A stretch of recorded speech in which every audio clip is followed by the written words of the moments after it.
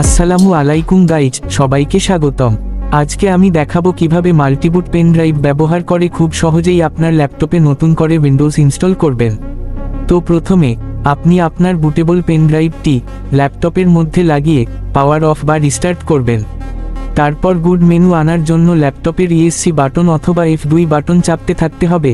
এখন বুট মেনু আসলে সেখান থেকে USB UEFI এ গেলে আপনার বুটেবল পেন ড্রাইভটি ওপেন হয়ে যাবে। এখন আপনি আপনার পেন ড্রাইভ থেকে কাঙ্ক্ষিত ISO ফাইলটি সিলেক্ট করে ইনস্টলে ক্লিক করবেন।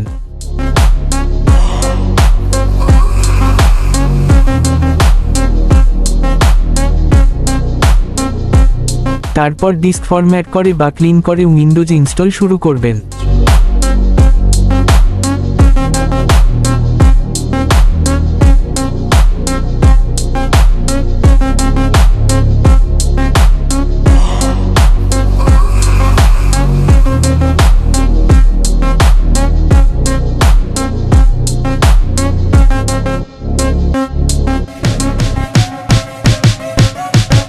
এখন উইন্ডোজ ইনস্টল কমপ্লিট হয়ে গেলে সেটআপের জন্য পর্যায়ক্রমে পরবর্তী ধাপগুলো পূরণ করতে থাকবেন।